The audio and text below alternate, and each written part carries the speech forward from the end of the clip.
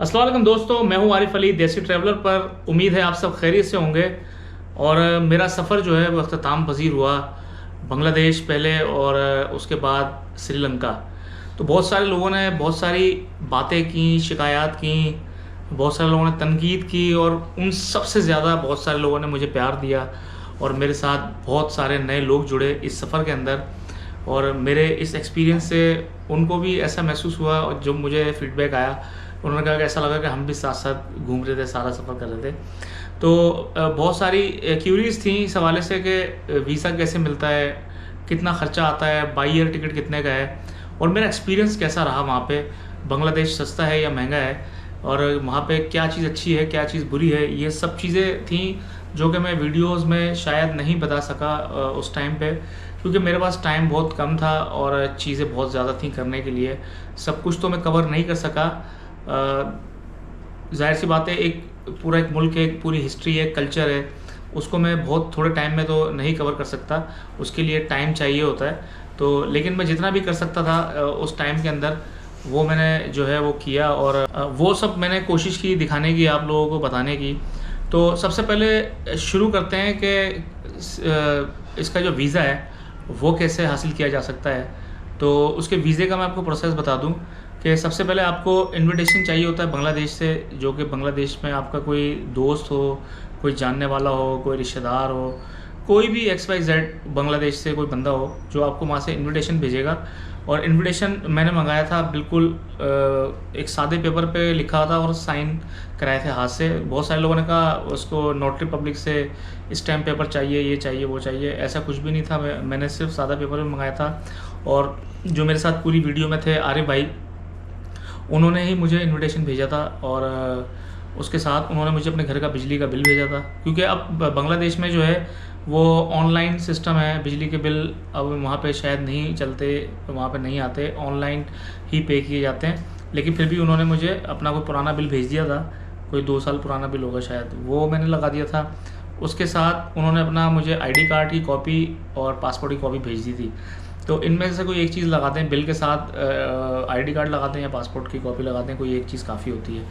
ये थी। और ऑनलाइन मैंने बांग्लादेश की एम्बेसी से जो इनका वीज़ा फॉर्म होता है वो मैंने डाउनलोड किया था, उसको फिल किया था। मैंने कंप्यूटर से किया था, हाथ से नहीं किया था।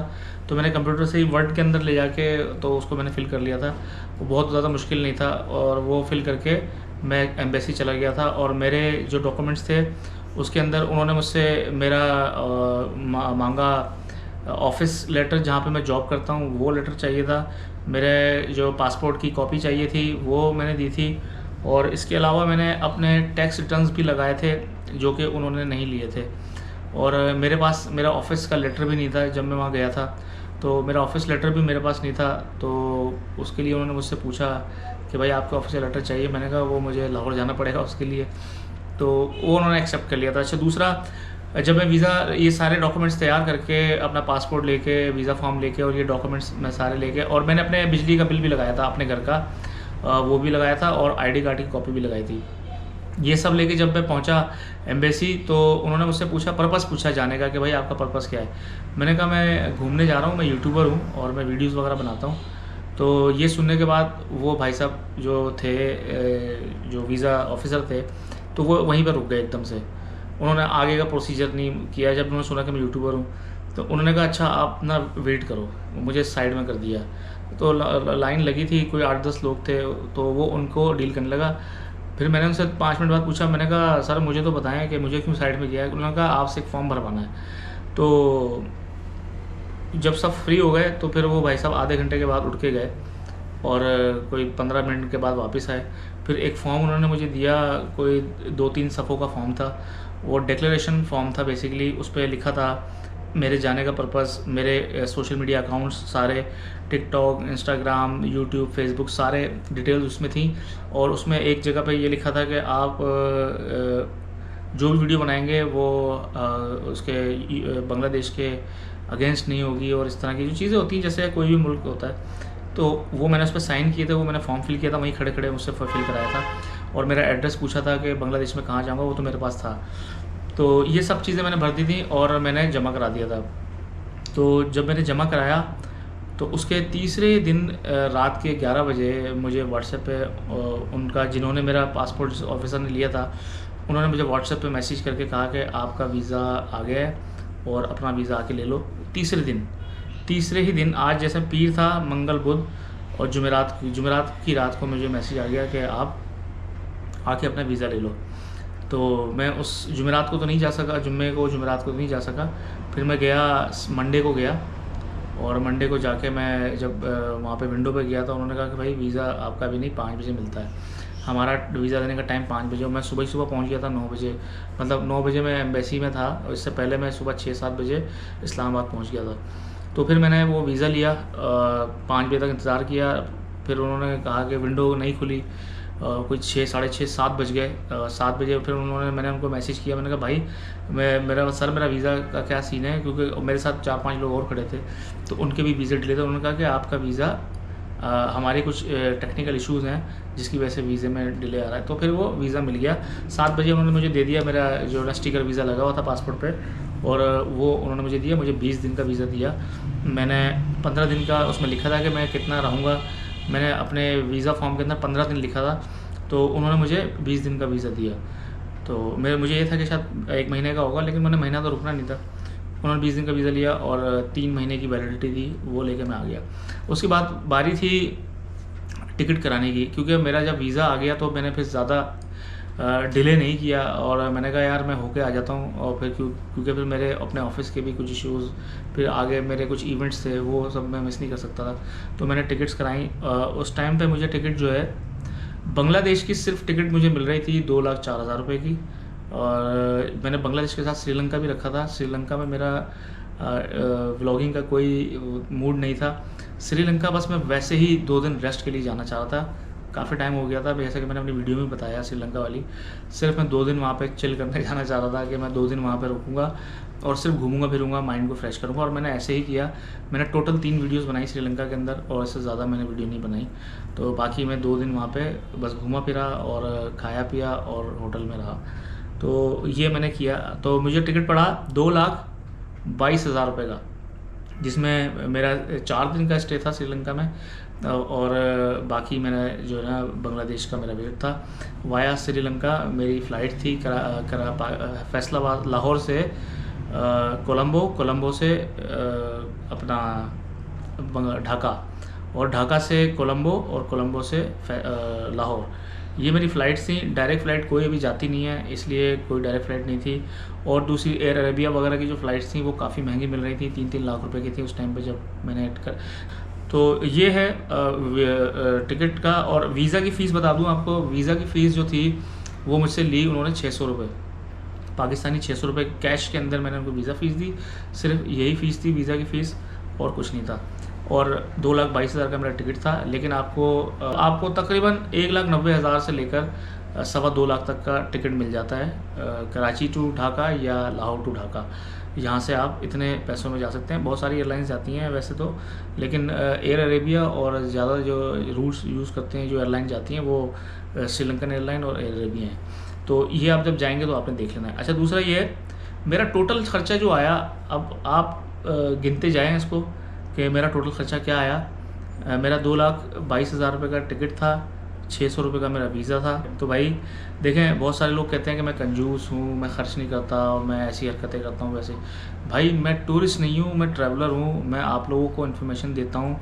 अगर मैं कोई लैंडलॉर्ड तो हूँ नहीं, ना मेरे कोई गाड़ी बंगले हैं, ना मेरा कोई बिज़नेस है बहुत बड़ा कि मैं आप लोग इस तरह से बातें करते हैं, सोच तो लिया करें बोलने से पहले। ना मेरी इतनी यूट्यूब से इनकम आती है कि मैं ये सारे अखराजात बेयर कर सकूं। समटाइम्स मैं अपनी जेब से पैसे लगा रहा होता हूँ, यूट्यूब से भी मुझे इनकम होती है, लेकिन इतनी नहीं होती कि मैं इतने ज़्यादा एक्सपेंस को बेयर कर सकूं।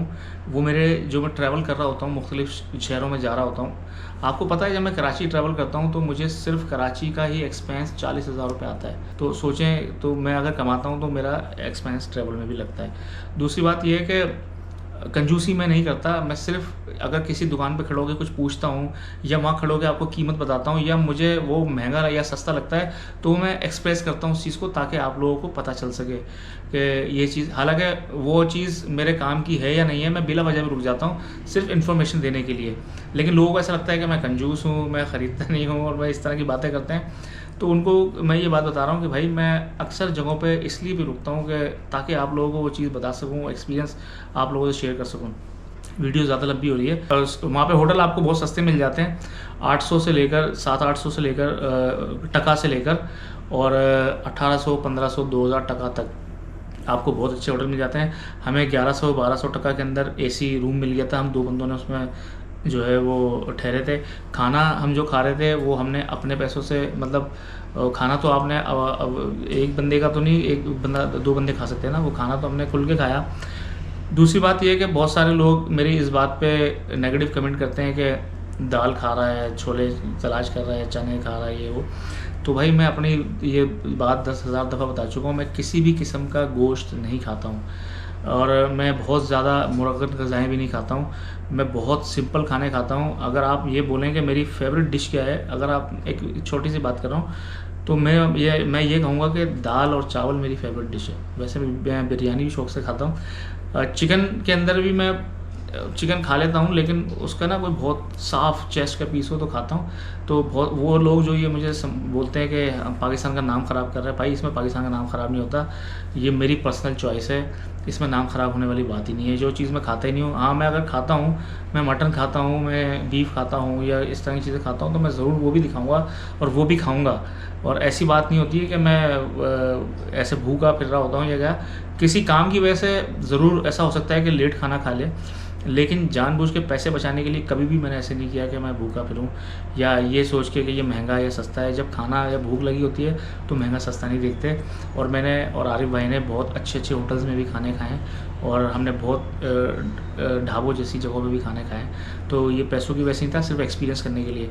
अच्छा, दूसरी बात ये कि बहुत सारे लोगों ने पूछा मेरा बैड एक्सपीरियंस क्या रहा वहाँ पे। तो ऐसे कोई बहुत ज़्यादा बैड एक्सपीरियंस मेरा नहीं रहा। मेरा अब जो अच्छे एक्सपीरियंस भी बताऊंगा, अच्छी चीज़ें जो लगीं और बुरी जो लगीं। मेरा एक बैड एक्सपीरियंस जो था, एक वो ये था कि जब मैं रोहिंग्या कैंप गया था कॉक्सेस बाज़ार से, तो जाते हुए तो कुछ नहीं हुआ था। जब मैं वापस आ रहा था, क्योंकि वो जो रोहिंग्या कैंप है वो म्यांमार जो बर्मा है मुल्क, उसके बॉर्डर के साथ ही वो कैंप्स बने हैं। तो वापसी में जो उनकी चौकी थी वो कोई फोर्स थी या आर्मी थी या पुलिस थी, वो पुलिस तो नहीं थी, शायद आर्मी थी या ऐसी कोई फोर्स थी, बॉर्डर फोर्स होगी शायद। उन्होंने हमें वहाँ पे रोका था और रक्षा में हम लोग थे, रक्षा से उतारा मुझे और आरिफ भाई को। पहले आरिफ भाई को उतार के ले गए, उनसे पूछगिछ करते रहे और फिर उसके बाद मुझे आके उतारा और मुझे भी अपने साथ वो रूम में ले गए। ये मैंने ना वीडियो में दिखाया और ना मैंने ये बताई थी बात, ये मैं बता रहा हूँ। तो मुझे रूम में ले गए थे और उसके बाद हमारी चेकिंग की और मुझसे वजह पूछी। पहले उसके बारे में मुझे आरिफ भाई के बारे में पूछा कि ये कौन है, इसका नाम क्या है। मैंने बता दिया। कहने लगे ये क्या, इसका कारोबार क्या है। तो मुझे पता था, आरिफ भाई का सारा कुछ पता था मुझे। तो कहते हैं ये कहाँ रहता है। मैंने कहा भाई मुझे मुझे शहर का पता है, बाकी तो मैं गया नहीं हूँ घर। तो कहने लगे कि आपको इन्विटेशन किसने दिया है यहाँ आने का। मैंने कहा इन्होंने दिया है, ज़ाहिर है इनके साथी हो तो ये मेरे साथ घूम रहे। तो फिर उन्होंने ऐसे मुझे ऐसे यूँ एक हाथ पीछे रखा, एक हाथ आगे रख के ना, ऐसे कुछ शायद मेरी धड़कनें चेक कर रहे थे कि मैं डर तो नहीं रहा या मैं कोई ऐसी 2 नंबरी तो नहीं कि कोई दिल मेरा तेज़ तो नहीं चल रहा। ऐसे 2 दफ़ा 3 दफ़ा उन्होंने मुझे बार बार चेक किया और मेरा कैमरा हाथ से ले लिया था जब मैं उनसे बात कर रहा था और मैं ऐसा लगा कि शायद मैं रिकॉर्ड करूँगा, हालांकि मैं ऐसी हरकत नहीं करता हूँ। तो उन्होंने मेरा कैमरा लेके साइड में रख दिया था। फिर जब मैंने उठाने की कोशिश भी की थी तो उन्होंने मेरा हाथ से मुझे रोक दिया था कि कैमरा भी नहीं उठाना। ये हुआ था एक एक्सपीरियंस। और एक बैड एक्सपीरियंस ये हुआ था कि हम कॉक्सेस बाज़ार में थे और वहाँ पे बहुत ज़्यादा रश था, क्योंकि बांग्लादेश में छुट्टियाँ चल रही थी। तो इस वजह से कॉक्सेस बाज़ार में हमें होटल नहीं मिला था।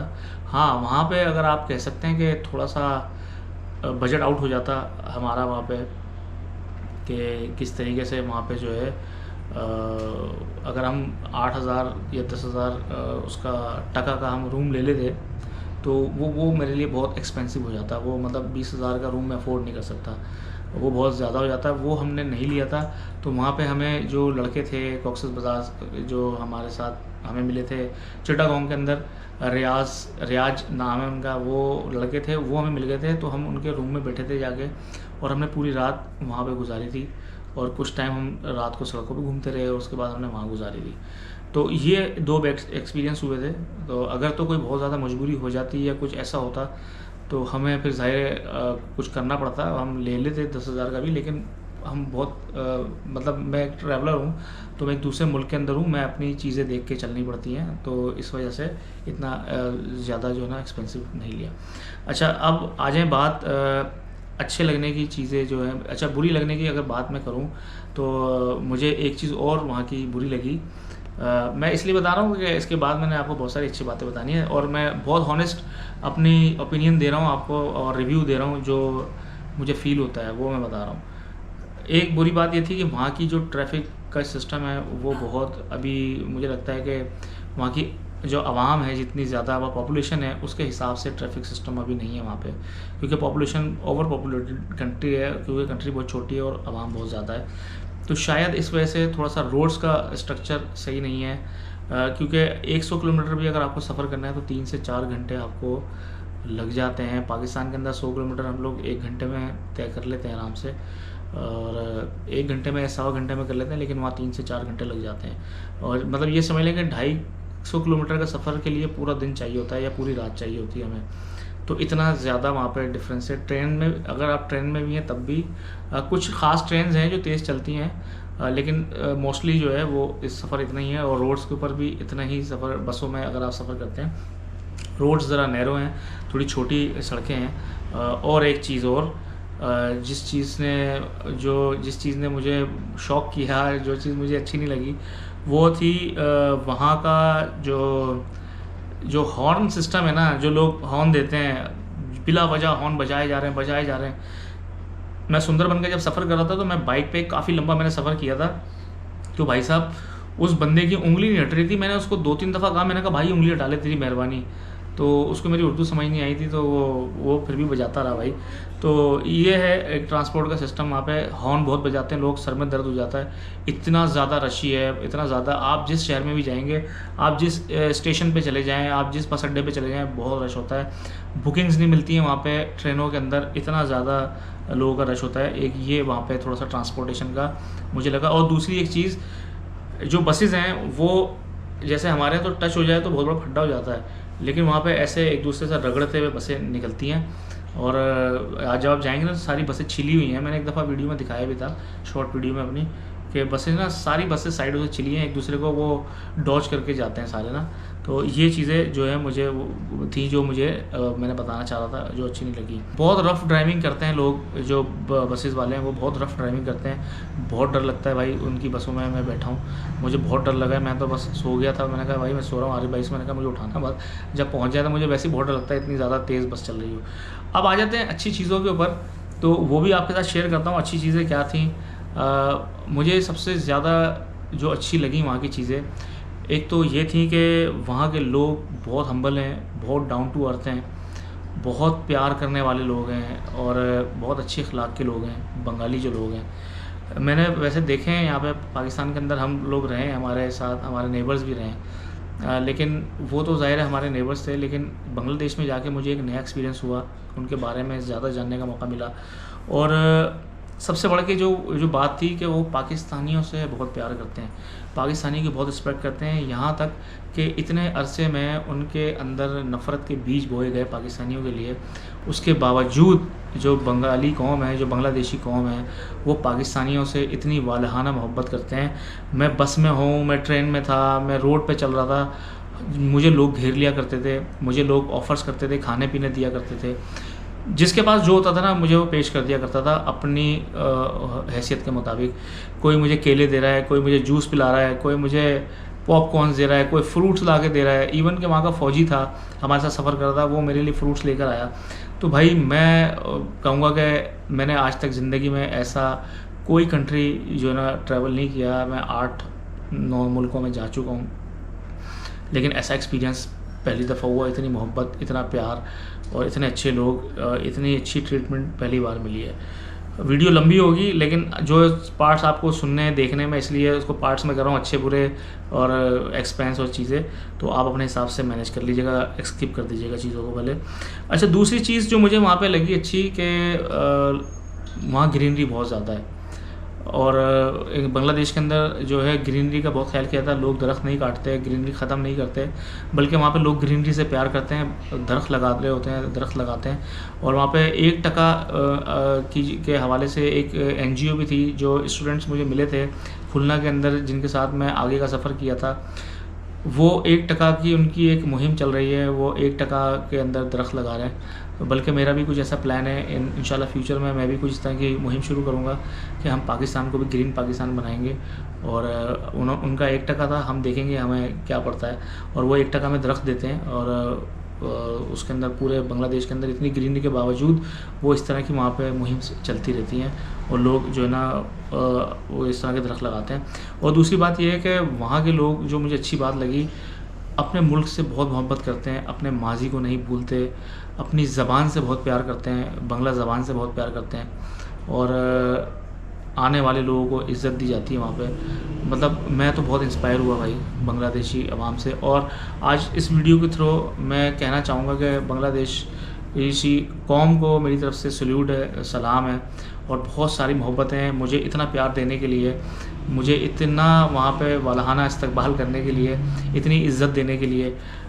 मैं शायद इतना नहीं हूँ उस काबिल, लेकिन फिर भी वहाँ के लोगों ने बहुत इज़्ज़त दी है, बहुत प्यार दिया, और मेरा नज़रिया बदल गया है। अगर कोई बांग्लादेश से आता है तो, या किसी भी जगह से आता है, तो मैं शायद जिस तरह पहले मिलता था शायद उस तरह से ना मिलूँ, क्योंकि मैं सीख के आया हूँ बांग्लादेशियों से कि इज़्ज़त कैसे दी जाती है, प्यार मोहब्बत कैसे की जाती है। वैसे हम लोग बहुत प्यार मोहब्बत करने वाले लोग हैं, हमारी हॉस्पिटैलिटी तो बहुत मशहूर है दुनिया भर में, लेकिन फिर भी मुझे वहाँ जाके ऐसा महसूस हुआ कि नहीं यार, इस तरह भी लोग प्यार कर सकते हैं।